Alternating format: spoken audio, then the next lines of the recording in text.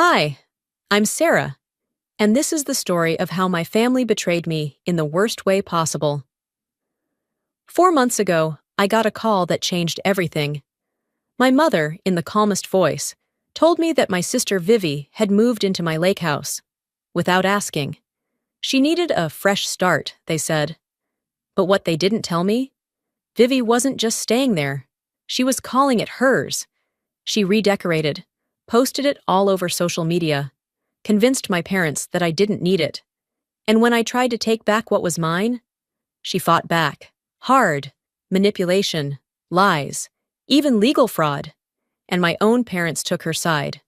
By the time I realized what she was doing, she had already gone too far. The late afternoon sun streamed through the floor-to-ceiling windows of my office, casting golden streaks across the polished mahogany desk.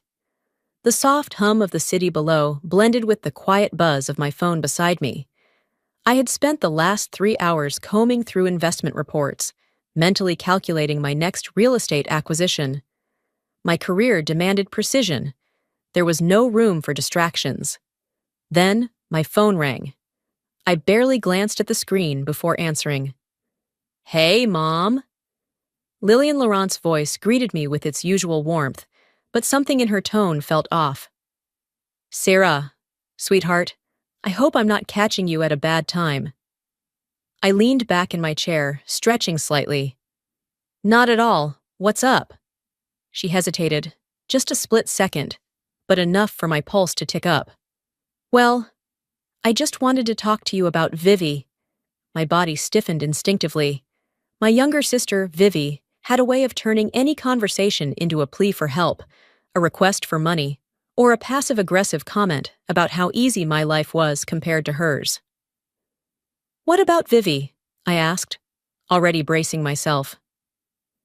"She's been living at the lake house for a few months now," my mother said, the words tumbling out as if she wanted to get them over with quickly. "It's been such a blessing for her, you know? After the divorce, she really needed a fresh start." The air in the room seemed to thin. I gripped the armrests of my chair. "What did you just say?" Lillian let out a nervous chuckle. "Oh, don't be so dramatic, honey. She's been staying at the lake house for about 4 months now. We figured it wouldn't be a big deal. You weren't using it anyway." I sat up straight, my heart hammering in my chest. "You figured?" "Mom, that house is mine. You didn't think to ask me before letting her move in?" "Well, Vivi needed somewhere to go, and it was just sitting there," she said lightly, as if this were a minor inconvenience, not a blatant violation of my trust. I pressed my fingers to my temple, forcing my voice to stay level. "It's not just sitting there, Mom. It's an investment property. I bought it, renovated it, and plan to rent it out." A sigh crackled through the line. "Oh, Sarah, you work so hard, always thinking about investments and finances. Can't you just let this go? Vivi has been through so much." I felt my teeth clench. "And I haven't? I worked for everything I have, Mom. Vivi—" "She's family," she interrupted. "Family helps family." A bitter laugh bubbled up inside me, but I swallowed it down. Family helps family. Where was this sentiment when I was scraping by in college, working 2 jobs to pay tuition while Vivi burned through her trust fund on yoga retreats and photography classes she never finished? "How long were you going to wait before telling me?" I asked, voice like ice. "We're telling you now, aren't we?" she said quickly. "And besides, she's really happy there. She's even making a few little improvements." My stomach dropped. "Improvements?" "Oh, nothing major. Just some accent walls. She has such a great eye for design, remember?" I shot up from my chair, pacing toward the window. The familiar Chicago skyline felt a million miles away from my reach. "Mom, that house is not Vivi's. She can't just change things without my permission." "You're overreacting, sweetheart. It's just paint." I clenched my fists, my breath coming in shallow. This wasn't just paint. This wasn't just a misunderstanding. This was my property, my hard-earned investment, and Vivi had waltzed in and made it her own, with my parents' blessing.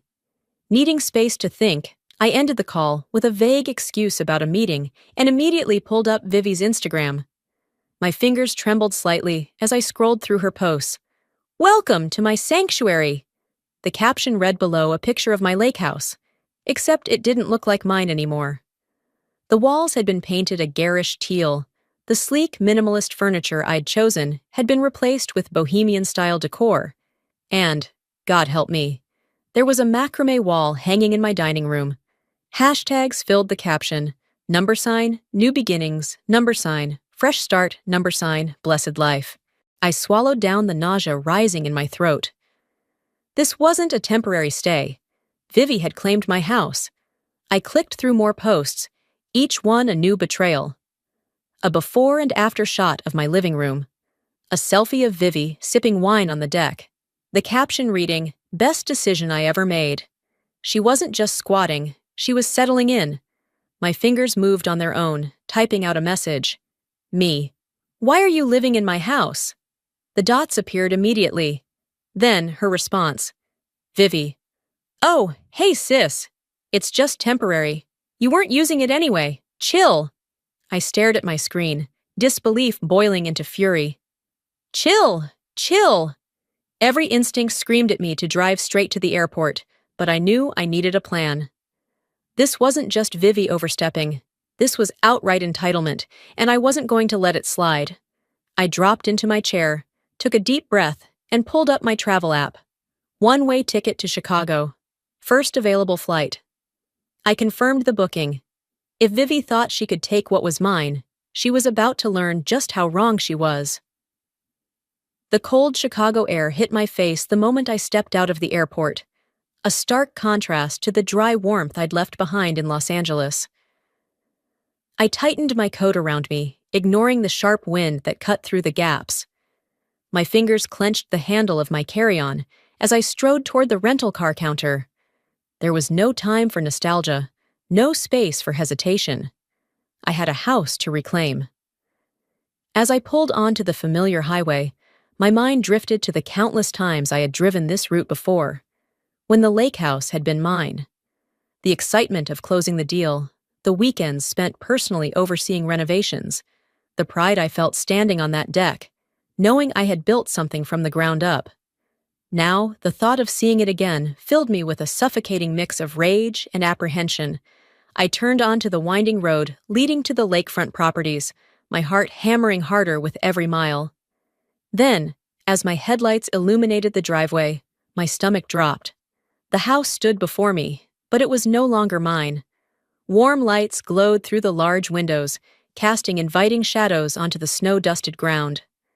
A new porch swing swayed gently in the wind, one I had never bought. Potted plants lined the entryway, and the most jarring change of all, a sign beside the door, carved elegantly in cursive, read, "Vivi's Haven." My throat tightened. I killed the engine and sat motionless for a moment, staring at what had once been my sanctuary, now fully transformed into hers. The betrayal twisted deeper inside me. This wasn't just squatting. This was a hostile takeover. Stepping out of the car, I squared my shoulders and walked up the porch steps. The key I had in my purse was useless. I already knew she had changed the locks. Instead, I reached for the doorbell, pressing it firmly. Muffled voices sounded inside, followed by quick footsteps. The door swung open, and there she was. Vivi stood in the doorway, wrapped in a cozy knit sweater, a glass of red wine in hand. She blinked at me, then broke into a smile, as if I were some long-lost friend dropping by unannounced. "Sarah!" "Wow, what a surprise!" I stepped forward, my jaw tight. "Let me in." For a second, something flickered in her eyes, something calculating, but she stepped aside with a sigh. "Fine, but no drama, okay?" I just got the place perfect. I walked in, and the second I did, my stomach churned. The sleek, modern aesthetic I had carefully curated was gone. Instead, the walls were a warm terracotta, mismatched furniture filled the space, and vintage tapestries hung where my minimalist artwork once was. The room smelled like sandalwood incense and cinnamon, nothing like the clean, crisp air I was used to. Then my gaze landed on the mantel above the fireplace. My framed photos were gone, replaced with pictures of Vivi and my parents. Not a single trace of me. A chill ran through me. This wasn't just a redesign. This was erasure. I turned back to Vivi, my voice dangerously calm. "Where are my things?" She waved a hand dismissively. "Oh, don't freak out. They're in the garage." I inhaled sharply. The garage. Before I could say another word, my phone buzzed in my coat pocket.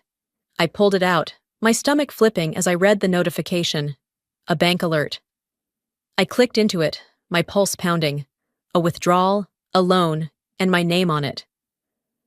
Blood rushed in my ears as I scrolled through the details. Vivi had taken out a $10,000 loan using my identity. My grip on the phone tightened. This wasn't just entitlement. This was fraud. "Vivi," I said, my voice barely above a whisper. "What did you do?" She rolled her eyes, plopping onto the couch. Calm down. It's just a little loan for some upgrades. You'll barely notice." I stared at her, my vision tunneling. "Upgrades?" My voice wavered with restrained fury. "You took out a loan in my name for your upgrades?" She let out an exaggerated sigh, like I was overreacting. "Look, you have money, Sarah. You wouldn't even notice 10 grand missing if you weren't obsessively checking your accounts every 5 seconds. A sharp laugh escaped me, void of any humor. "This isn't about the money, Vivi. This is fraud." Her expression darkened. "Come on, you were never going to rent this place out. You don't even live here. I needed it more than you." A slow, burning rage coiled in my chest. "I own this house, Vivi. You had no right." "Girls, please!" I spun toward the voice. My mother, Lillian, stood at the entryway to the kitchen, her face filled with nervous tension. Beside her, my father, Gregory, crossed his arms. My stomach twisted at their expressions. Guilt, but not regret. "You knew," I said, realization sinking in. "You knew about this." Lillian's shoulders slumped. "She needed help, Sarah. She was starting over." "She stole from me." My voice rose, shaking. "She stole from me, and you just let her." Gregory frowned, his voice firm. "She's your sister. You have your life in LA, your career. Vivi has nothing. She needed this more than you." My breath caught in my throat. This wasn't just about a house anymore. This was about me never mattering as much as Vivi. I exhaled slowly, my fingers trembling as I clenched them into fists. "So what now?" I asked, my voice eerily steady. Lillian and Gregory exchanged a glance before my mother finally spoke. "We were thinking, maybe it's best if you just sign the house over to Vivi." Everything inside me stilled. The room blurred as rage, heartbreak, and absolute disbelief crashed over me. They didn't just enable her. They wanted me erased. I let out a sharp breath, nodding slowly as my heart pounded violently in my chest. "I see." Vivi smirked, already looking victorious. But she didn't know what I knew. I turned on my heels, my mind already forming the next step. My phone vibrated in my hand. A text from Noah. "Call me. We need to move fast." I took one last look at my family, at the house that was supposed to be mine, and walked straight out the door. This wasn't just a fight over property anymore. This was war. I didn't even get the chance to strike first.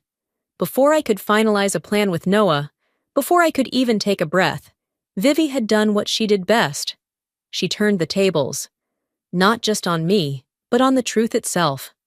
I was sitting in a dimly lit cafe in downtown Chicago, nursing a rapidly cooling espresso as Noah Everly, my attorney and longtime friend, scrolled through her tablet. Her sharp brown eyes flicked over the documents in front of her, occasionally pausing to type something. The low hum of conversation around us was distant, muffled beneath the pounding in my head. "The fraud is clear-cut," Noah finally said, glancing up. "The loan she took out in your name? That's easily provable in court. And the unauthorized occupancy? You have every legal right to evict her." A surge of relief loosened my shoulders for the first time in days. "So, We start the process? Noah nodded. We file a formal complaint first thing Monday. If she refuses to leave, we take it to court. She paused. This won't be easy, though. You need to be prepared for pushback. Pushback. That word felt almost quaint compared to what Vivi was truly capable of. My phone buzzed. Then Noah's. And just like that, the air in the cafe shifted. Noah's brows knitted together as she read the notification, her lips tightening. Oh, wow! A sinking feeling spread in my stomach. I grabbed my phone and opened the link she had forwarded me. The moment I saw the headline, my stomach flipped. Sister's betrayal. Wealthy investor Sarah Laurent abandons family, tries to steal back sister's home. I clicked on the video attached. And there she was, Vivi, standing on the very deck of my lake house, tears glistening in her eyes, her voice soft but strong as she spoke directly into the camera. This house was my fresh start, she said, her voice thick with emotion. After everything I went through, I finally had a place to heal. And now my sister is trying to rip it away from me just because she can. The camera zoomed out, revealing the newly redecorated space behind her. Warm lighting, cozy furniture, the perfect backdrop for a woman supposedly starting over. She has a whole life in LA, Vivi continued, shaking her head in feigned disbelief. She doesn't even need this place, but I do, and now she wants to kick me out, just like that? The comments below were flooding in. Sarah sounds like a heartless BXXX. How can she be so greedy? Her own sister? Vivi deserves that house. She made it a home. My fingers curled into a fist around my phone. She's weaponizing the internet, I muttered. Noah exhaled slowly. She's controlling the narrative. A muscle in my jaw twitched. I could already see where this was going. Vivi had always been good at twisting things, but now she had an audience. An army of strangers who were eating up her version of reality without question. I was no longer just fighting my sister. I was fighting public perception. As if reading my mind, Noah said, "We need to act fast. The longer this spreads, the harder it'll be to undo the damage." I nodded, forcing myself to think logically, not emotionally. "What's our next move?" She hesitated before responding. "We could go public too. Release a statement, set the record straight." But the thought of airing out my personal life online, of engaging in a social media war, made my skin crawl. I wasn't Vivi. I didn't live for attention. I lived for results. "No," I said finally. "I'll fight this the right way, legally." Noah gave a firm nod. "Then we need to move even faster." I barely had time to process her words before another email notification popped up. This one was worse. It wasn't just a PR nightmare anymore. It was criminal. The email was from a contractor CCing me on an invoice for renovations at the lake house. The problem? The contract was signed with my name. I hadn't signed a damn thing. "She forged my signature," I whispered. Noah's face darkened. "That's felony fraud." My blood ran cold. Vivi wasn't just taking over my house. She was digging me into a financial hole. I didn't even realize I had stood up until Noah grabbed my wrist. "Sarah!" "I need to go," I said, voice sharp, heart racing. I was done waiting. I was done playing defense. I stormed out of the cafe, dialing Vivi's number as I hailed a cab. She didn't answer, so I texted instead. "We need to talk. Now?" And then I went straight to her house, my house. The moment she opened the door, wine glass in hand, smirking, I saw red. I pushed past her, marching into the living room. "You forged my signature?" She rolled her eyes. "Oh my God, relax. It's just some home improvements." I pulled up the email and shoved the phone in her face. $10,000 in renovations? With my name on it? She glanced at the screen, unbothered. "You're acting like you can't afford it." I laughed. Not because it was funny, but because it was so insane. "You committed fraud, Vivi." My voice was dangerously low now. "Do you even understand what that means?" Vivi smirked. "And what?" You're gonna sue your own sister? You really think Mom and Dad will let you? I took a slow breath. You're right. They won't. Her smug expression didn't waver. Exactly.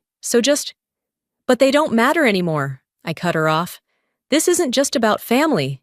This is legal now. For the first time, her confidence cracked. I could see the flicker of realization behind her eyes, the slow, creeping fear that maybe, just maybe, she had pushed too far. I stepped closer, voice steady. You have one chance to fix this.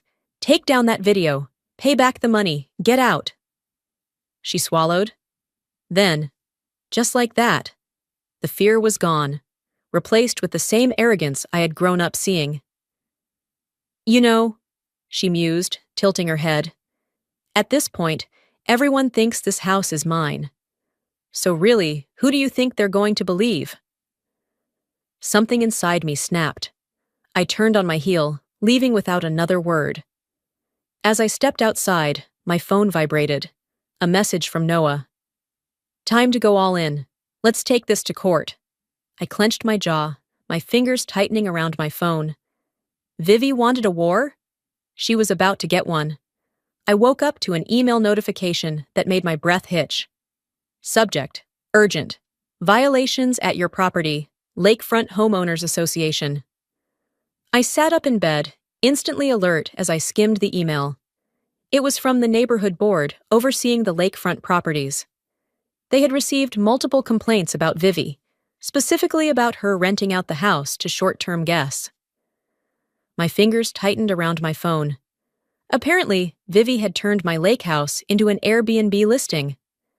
The email detailed how there had been excessive noise complaints, parties stretching into the early morning, and an incident where a guest nearly started a fire on the back deck. The board was considering legal action against Vivi for violating the homeowner agreement. For the first time in weeks, I felt something like vindication. I wasn't the only one fed up with Vivi.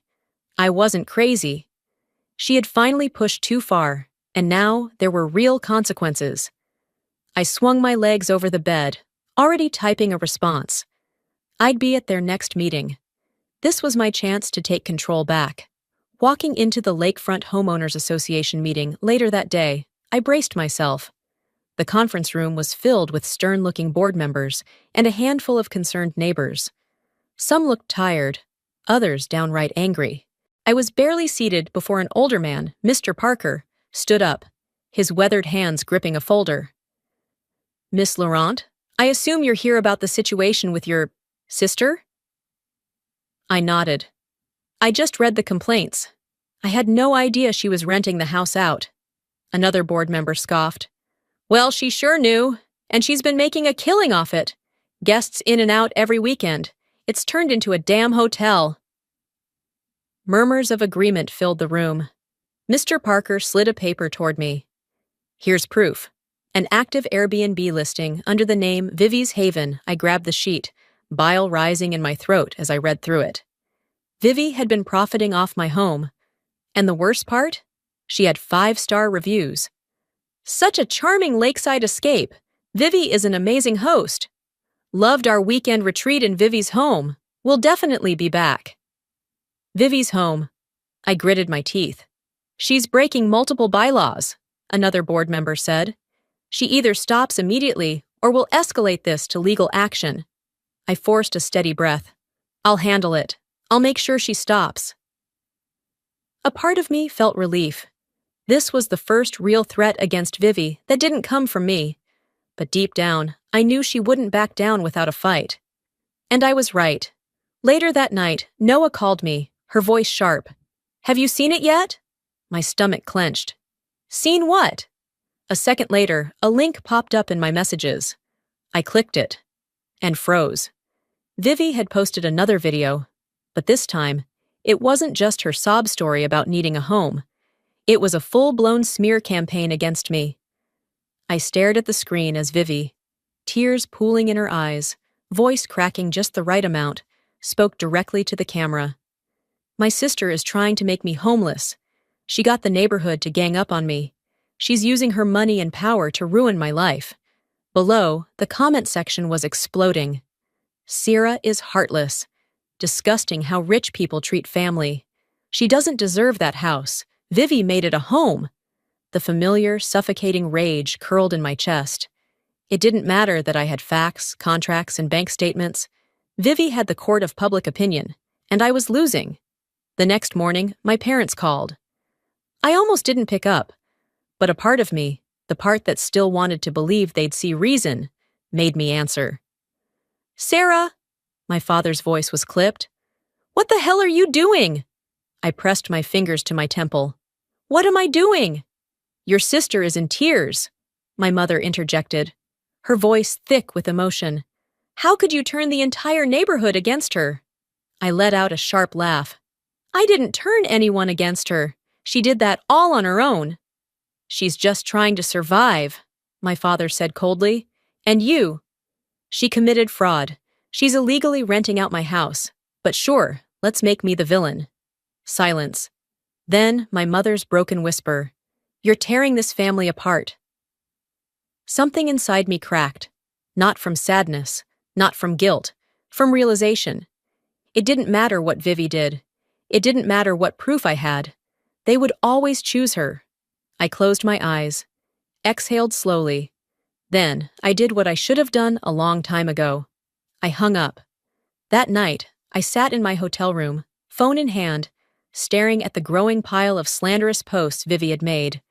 Every fiber of my being screamed at me to go online, to fight back, to tell the world the real story. But that wasn't me. I wasn't Vivi, and I didn't need to convince strangers of the truth. I just needed to win. I scrolled through my contacts and pressed Noah's name. She picked up on the first ring. Sarah? I took a steady breath. File the lawsuit. A pause. You're sure? I stared out at the city lights, my grip on the phone tightening. I don't care if she's my sister, I said. This ends now. I signed my name with a steady hand, but inside, my pulse was erratic. The papers in front of me weren't just legal documents. They were a declaration of war. Across the table, Noah slid the final stack of paperwork into a folder, her expression unreadable. She'll get served by the end of the week, she said, her tone cool and professional. There's no backing out after this, Sarah. I swallowed the lump in my throat. I know. I hadn't wanted it to come to this, a lawsuit against my own sister. But Vivi had left me no choice. She had stolen my house, my money, my name, and turned my life into a public spectacle. If she wanted a fight, she was about to get one. I exhaled sharply, pressing my fingers against my temples. How bad do you think she'll react? Noah leaned back in her chair, tapping her pen against the desk. Knowing Vivi? A dry smile flickered across her lips, like a cornered animal. And she was right. Because the moment Vivi received the lawsuit, she went nuclear. My phone wouldn't stop ringing. First, it was Vivi, crying, screaming into my voicemail. Then came the texts, long-winded, furious, alternating between begging and threatening. I ignored them. Then my parents called. I should have known this was coming. Sarah, what the hell is wrong with you? My father's voice boomed through the speaker the moment I picked up. I closed my eyes, bracing myself. Hi, Dad. You're suing your sister? Have you lost your damn mind? I rubbed my temples. No, Dad.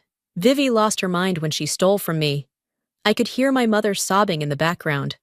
She has nowhere else to go, Sierra. She's your sister. I had heard that line so many times it had lost all meaning. I gritted my teeth. And what about me? What about the fact that she committed fraud? That she took thousands of dollars in my name? That she's been renting out my house like a damn hotel? Dad scoffed. You're making this into something bigger than it is. I felt something inside me snap. Bigger than it is? My voice was razor sharp now. She forged my signature. She drained my credit. She's turned my own home into a public circus. But sure, let's talk about how I'm the bad guy here. Sarah. No, I cut him off. You don't get to call me and demand I fix her mess. Not this time. Silence. Then my mother's broken whisper. You're tearing this family apart. The words hit me harder than I wanted to admit. But I didn't break. I didn't cave the way they expected me to. I only took a slow, deep breath before responding. No, Mom. Vivi did that all on her own. And I hung up. When I arrived at my parents' house later that evening, I knew the fight waiting for me inside would be ugly. Lillian was perched on the couch, dabbing at her eyes with a tissue. Gregory stood with his arms crossed, his jaw tight with anger. And Vivi. Vivi was smug. She lounged on the love seat like a queen, her legs crossed, a glass of wine in hand. Wow, she drawled, flicking her gaze up at me. That was fast. Did you drive straight here after ruining my life? I dropped a stack of legal papers onto the coffee table. The weight of them landed with a heavy thud. You did that all on your own, I shot back. Vivi rolled her eyes, swirling her wine lazily. It's just a house, Sarah. My vision went white-hot with fury. I slammed my hands onto the table. No, Vivi, it's my house, and you don't get to steal from me just because we're family. Gregory stepped forward. We don't take each other to court. I turned my gaze to him, my voice icy. Then tell me, where was this family loyalty when Vivi was using my name to take out loans? Where was it when she was renting out my home for profit? Where was it when she decided to erase me from my own property? Silence. Lillian sniffled. Syrah, we can fix this. Please, just drop the lawsuit and talk this through. I let out a short, humorless laugh. Talk? Like we did last time? Or the time before that? Or the dozen other times Vivi has manipulated her way out of consequences? Vivi huffed, setting down her wineglass. Oh my God, you're so dramatic. I turned to her. And you're a thief. The room felt like it was splitting apart, tension thick enough to choke on. Gregory ran a hand over his face. For God's sake, Sarah! She's your sister! I shook my head slowly. She's just a liar. The words hung in the air, heavy and irreversible. For the first time, Vivi's smirk wavered, but just as quickly, she covered it with a cold smile. You think you've won? She murmured. A chill slithered down my spine. Vivi reached into her bag, pulled out her phone, and tapped the screen. Then her gaze locked onto mine. I've got one last move to play. A sharp, panicked sensation curled in my stomach. What the hell does that mean? I demanded. She just grinned. And then, before I could react, she pressed dial. Hey, yeah, she said, her voice saccharine sweet. Get the cameras ready. We're taking this public. A cold dread settled into my bones. Because whatever she was about to do, it was going to make everything worse. My phone wouldn't stop buzzing. It vibrated against my nightstand, a relentless, shrill demand for attention. Bleary-eyed, I grabbed it, my stomach tightening at the sheer number of missed calls and unread messages. Noah, my assistant, clients, even old college friends I hadn't spoken to in years. Something was wrong. I pulled up my notifications, my heart pounding, as I read the first text from Noah. Turn on the news, now. A sickening sense of déjà vu crept over me as I fumbled for the remote, switching the TV on. The screen flickered to life, and there she was. Vivi. Sitting in my house, on my couch, wearing a perfectly curated expression of devastation. A news ticker scrolled across the bottom. Sister's betrayal. Local woman faces eviction at the hands of wealthy investor sibling. I watched in stunned silence as the camera zoomed in on Vivi, her lips trembling as she blinked back tears. I just wanted a home, she whispered, voice thick with emotion. I lost everything after my divorce, and now my own sister, my own flesh and blood, is trying to throw me out on the street just because she can. I gripped the edge of the nightstand so hard my knuckles turned white. She wasn't just lying, she was performing. The interviewer, a woman with a sympathetic frown, leaned in. So you're saying Sarah Laurent, the well-known real estate investor, wants to take away your home, while she lives comfortably in Los Angeles? Vivi nodded, sniffling. She doesn't need it. She never even cared about it until I made it a home. The rage that filled me was blinding. I barely heard the rest of the segment as it cut to B-roll footage. Shots of the lake house, Vivi's haven, the cozy decor she had installed, contrasted against a headshot of me in a sharp business suit, looking every bit the cold, ruthless landlord she was painting me as. Then came the social media wildfire. Justice for Vivi was already trending. The comments were pouring in. Sarah Laurent is disgusting. How greedy do you have to be to evict your own sister? She's just a rich BXXX who only cares about money. I felt the damage happening in real time. My business email flooded with angry messages. My company's Yelp and Google reviews tanked overnight. Clients, actual long-term clients, were messaging me, asking if the rumors were true. Vivi hadn't just turned our family against me. She had turned the world against me. And the worst part? It was working. Hours later, I sat in my office downtown, my hands curled into fists on Noah's desk. "This is defamation," I hissed. "We can sue her for this." Noah leaned back in her chair, rubbing her temples. "Technically, she's not saying anything that can be proven false. It's all manipulated, but not outright slander." I let out a frustrated breath. "So what do we do?" Noah didn't answer right away. Instead, she reached into her drawer and pulled out a manila envelope. I frowned. "What's that?" She slid it across the desk. "Something you're going to enjoy." I opened it, scanning the first few pages. My brows knitted together. A private investigator report. And then, I saw the name that made me go still. Theo, Vivi's ex. I read through the file, my stomach twisting with every new revelation. Theo hadn't just been crashing at the house occasionally. He had been stealing from it. Expensive items, antiques, electronics, furniture. And worst of all, he had been selling them behind Vivi's back. A sharp, humorless laugh escaped me. "She's getting scammed by her own scammer." Noah smirked. "Karma's a BXXX." I set the file down, inhaling deeply. "She doesn't know yet, does she?" "Nope." Noah leaned forward. "And when she does, she's going to self-destruct." The shift in power was almost tangible. For the first time in this entire nightmare, I had leverage. I had the truth, and I was going to use it. That evening, Vivi got served, a formal court order to vacate the premises within 30 days. Along with it, I sent an anonymous email with every shred of evidence about Theo's scam. I pictured her opening it, reading those words, realizing she was about to lose everything. It should have felt satisfying, but instead, all I felt was cold resolve.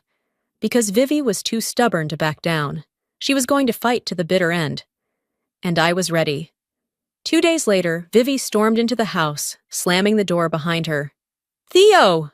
she snarled. He barely looked up from where he sat on the couch, scrolling through his phone. She threw the printed evidence at him. "What the hell is this?" Theo glanced at the papers lazily. "Huh, guess you found out." Vivi's breath hitched. You've been stealing from me?" Theo grinned, standing up. "From you?" He let out a cruel chuckle. "No, sweetheart. I was stealing from Sarah, but you were too dumb to notice." Her face twisted in fury. "You used me." Theo leaned in close, smirking. "And you used your sister." Vivi slapped him. Theo barely flinched. He just laughed. "Enjoy the rest of your 30 days, babe." Then he walked out, leaving Vivi alone in the wreckage of her own making. But she wasn't done. She wasn't going to go down quietly. And I should have known that. I was finishing up work when I got a text. From Vivi. Just 2 words. "You win." I frowned, my fingers hesitating over my phone. It was too easy. Vivi never admitted defeat. Then another notification. This time, a social media post. I clicked on it, my stomach plummeting as I read her words. "If I can't have the house, neither can she." My blood turned ice cold. I grabbed my coat and ran for the door. Because whatever Vivi was about to do next, it wasn't just reckless, it was dangerous. My phone rang, slicing through the silence like a blade. Noah's name flashed on the screen. The moment I answered, Her voice came through sharp and urgent. "Sarah, turn on the news! Now!" Dread curled in my stomach as I grabbed the remote and flipped through channels. And then, I saw it. A live broadcast. My lake house. And Vivi. She stood outside, framed by the early morning sun, her hair styled to perfection, her face set in an expression of false vulnerability. A cluster of reporters surrounded her, cameras rolling. She was holding a press conference. A press conference. About my house. I sat frozen as Vivi smiled at the cameras, her voice gentle yet commanding. "I just want to thank everyone for their support. Today, I'm here to clear the air and put an end to all these lies." A murmur rippled through the crowd. One reporter stepped forward. "So you're saying you legally own this house?" Vivi nodded, pressing a hand to her heart as if this were some emotional moment for her. "Yes, there's been so much misinformation, but let me be clear. This home was given to me. It's mine." I shot to my feet. I grabbed my keys, my pulse hammering as I bolted out the door. Because this was war. By the time I pulled up to the house, the scene was a circus. News vans lined the driveway. Reporters with microphones jostled for position. Curious neighbors lingered at the edge of the property, whispering among themselves. And there, front and center, stood Vivi, still spewing her carefully crafted lies. I slammed the car door and stalked forward, shoving past the gathered crowd. Vivi saw me approaching, and for the briefest second, I saw a flicker of fear in her eyes. But she masked it quickly, flashing her practiced smile at the cameras. "And here she is now," Vivi said smoothly, turning toward me as if I were some guest at her event. "My sister Sarah. Maybe now we can finally talk about this rationally." I stared at her, rage simmering beneath my skin. "Are you seriously doing this?" She tilted her head. "Doing what? Defending my home?" I exhaled sharply, forcing myself to stay calm. "Vivi, this isn't your house." She let out a breathy laugh. "That's not what the public thinks. And honestly, Sarah, after everything you've done—" Before she could finish, a man in a suit stepped into view. The murmurs in the crowd hushed instantly. A legal representative from the court. Vivi stiffened. The man cleared his throat, then held up an official envelope. "Miss Vivi Laurent, you are being served with a formal eviction notice, effective immediately." A collective gasp rippled through the press. Cameras flashed. Reporters leaned forward. The narrative changed in an instant. A journalist from the local news station turned to Vivi. "Miss Laurent, how do you respond to this?" Vivi's face drained of color. She hadn't expected this. I crossed my arms, my voice calm but razor sharp. "You were saying something about misinformation?" Her jaw clenched. You set me up." I raised an eyebrow. "You set yourself up." Vivi turned wildly toward the cameras, her smile brittle. This is just a misunderstanding. I was promised this house." Another journalist spoke up. "By whom?" Vivi faltered. For the first time, she had no answer. And just like that, the entire illusion she had built started to crack. A commotion near the back of the crowd made me turn. Gregory and Lillian were arriving, pushing through the sea of people. I folded my arms, waiting. My mother's eyes were already glassy with tears, her hands clasped tightly together as she took in the scene. The reporters, the eviction notice, the absolute spectacle Vivi had created. Gregory's expression was unreadable, but the way his jaw tensed told me everything. They had seen the truth now. There was no hiding it. Vivi turned to them, desperation creeping into her voice. "Mom, Dad, say something! You know this house was supposed to be mine." Lillian opened her mouth, but no words came. Gregory only sighed, rubbing a hand over his face. For the first time in our entire lives, they had no defense for her. Vivi's face crumbled. Her last lifeline had just snapped. The press conference fell apart after that. Reporters started shifting their focus. Questions turned harsher. The narrative had flipped.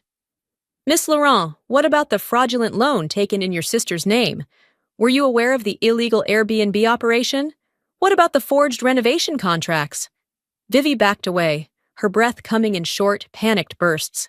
She turned to our parents one last time. Please, she whispered. But Gregory just looked away. Lillian wiped her tears. And that was it. She had no allies left. With one final, furious glare at me, Vivi shoved past the cameras and stormed off, her heels clicking against the pavement as she disappeared down the street. The crowd slowly began to disperse. The cameras lowered. And for the first time in months, I felt like I could breathe again. I lingered outside the house as the last news van pulled away. The air felt different now. Lighter. Mine again. Noah's voice came through my phone as I picked up her call. Well, she said, amusement in her tone. That went well. I let out a slow breath. Yeah. But even as I said it, I knew, deep down, this wasn't over yet. Vivi had lost everything. And people like her? They never go down quietly. I collapsed onto the stiff mattress of my hotel bed, staring at the ceiling as exhaustion seeped into my bones. The press conference had ended hours ago, but the fallout was far from over. My phone sat on the nightstand, still buzzing relentlessly. Texts, emails, notifications that I couldn't bring myself to check. I already knew what they would say. Some messages would be from friends and colleagues, offering their congratulations, saying, "You finally got justice." Others, probably hundreds of them, would be filled with vitriol. Strangers on the internet calling me heartless, greedy, a soulless businesswoman who destroyed her own family for profit. I should have felt relieved, but instead, I just felt hollow, because no matter how this ended, there was no winning here. Vivi had lost, but I had lost too. The final court hearing was scheduled for the next morning, and I barely slept before it. By the time I arrived at the courthouse, my nerves were a frayed wire, ready to snap. Noah was already waiting inside, her expression unreadable as she flipped through documents. "It's a formality at this point," she assured me. "You've already won." I nodded, gripping the edge of the table. "I know, you just need to hear it from the judge," she finished. She was right. I needed the final official word that this nightmare was over. Vivi arrived late, looking different. She wasn't the overconfident, smug woman who had stood in front of the press, spinning her lies. She wasn't the tantrum-throwing sister who had always manipulated her way out of consequences.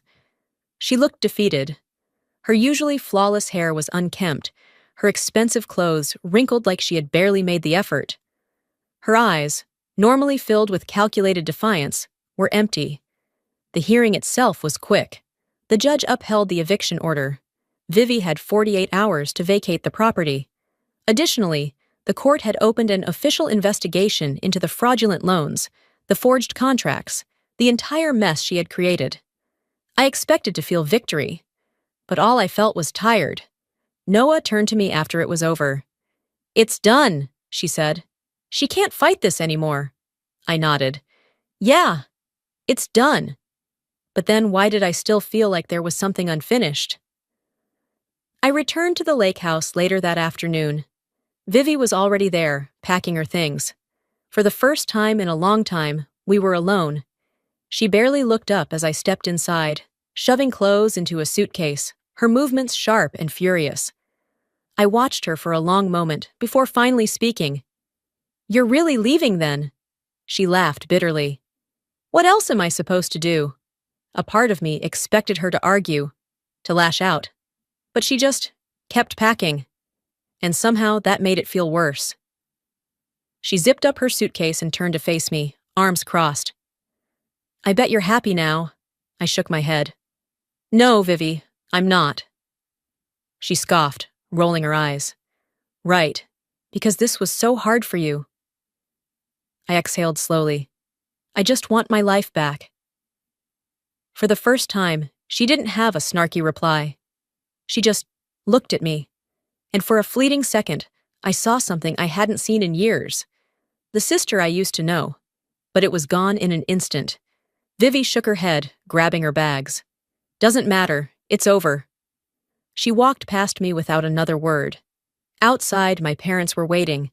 Gregory and Lillian stood near the driveway, nervous, hesitant, their hands clasped together, as if they didn't know whether to comfort Vivi or confront me. For the first time, they were forced to see Vivi for who she really was. But it was too late. Lillian stepped forward first, her voice soft. "Syrah, she's still your sister." I didn't hesitate.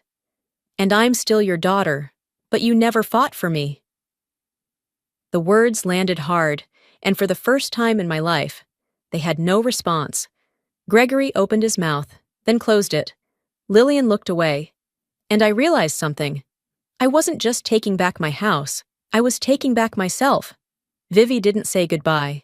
She climbed into her car, the trunk stuffed with whatever she could carry, her jaw set, her eyes dark with resentment. She didn't even glance back at me as she pulled out of the driveway. But right before she disappeared down the road, I saw her hand tighten on the steering wheel. And I knew. This wasn't over. Not really. Maybe one day she'd come back. Maybe one day she'd try to make amends. But today wasn't that day. Today, I stood on my porch, looking at my house, and for the first time in years, I felt something settle deep in my chest. Peace.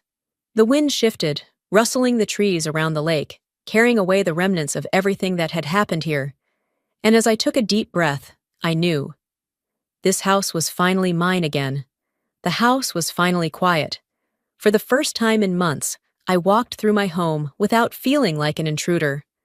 The walls were back to their original, elegant color. The furniture was restored to how it had been before Vivi turned my sanctuary into her personal playground. Everything was back in place. And yet, the scars remained. I ran my fingers along the smooth wooden surface of the dining table, remembering the screaming matches, the accusations, the betrayals that had unfolded here. I should have felt victorious, but instead, all I felt was exhaustion. Vivi had officially vacated the house 48 hours ago. Noah had called me that morning with an update. "She's under full legal review now," she said. "The fraud, the illegal rentals, the forged contracts, it's all being investigated." I nodded, listening as Noah continued. "The court ruled that any profits she made from Airbnb will be seized as damages. It won't cover everything, but it's a start." It was more than I had expected. And still, I knew the truth. Vivi would never take responsibility for any of it. She wouldn't reflect, she wouldn't change. She would just find someone else to manipulate, someone else to spin her sob stories to. And for the first time, I accepted that it wasn't my problem anymore. That night, as I sat curled up on the couch with a glass of wine, my phone buzzed with an unknown number. I frowned, unlocking the screen. Vivi. A single message. "I know you hate me, but I want to talk. No lawyers, just us." My stomach twisted. My first instinct was to delete it, to let it go unanswered, just like she had let all my pleas for fairness go ignored. But I didn't. I just sat there, staring at the words, my fingers hovering over the screen. I wasn't sure why. The next afternoon, I walked into a small coffee shop downtown, the scent of roasted espresso curling around me. And there she was. Vivi sat at a corner table, hands wrapped around a cup of tea. She looked different, less polished, more tired. There were faint shadows under her eyes, and for the first time in as long as I could remember, she didn't look smug. I slid into the chair across from her, studying her face. Neither of us spoke for a long time. Finally, Vivi let out a breath. "I screwed up." I tilted my head. "Yeah, you did." She let out a weak laugh, shaking her head. "You're not going to make this easy, huh?" I shrugged. "Why should I?" Another silence stretched between us. Vivi toyed with the rim of her cup. "Are we ever going to be okay?" I exhaled slowly, leaning back in my chair. "I don't know." And I meant it. Because forgiveness wasn't something she could just ask for and expect to receive. It was something she had to earn. And I didn't know if she ever would. When we finally parted ways, there were no hugs, no promises to stay in touch, No dramatic reconciliations. Just a quiet, lingering understanding that this chapter of our lives was over. As I walked back toward my house, I stopped at the front steps, taking in the sight of it. My house. My home. For the first time in years, I knew exactly where I stood. And maybe some things couldn't be fixed, but at least now, I didn't have to carry them anymore. Sometimes, standing up for yourself means losing people you thought would always be there. But in that loss, you find something far more valuable: self-respect. I fought for what was mine, not just the house, but my boundaries, my dignity, my peace. And in the end, I learned that some things can't be fixed, but that doesn't mean you stop moving forward. If this story resonated with you, if you've ever had to choose yourself over family, know this: you are not alone. Subscribe for more stories that remind us of the strength we all carry within.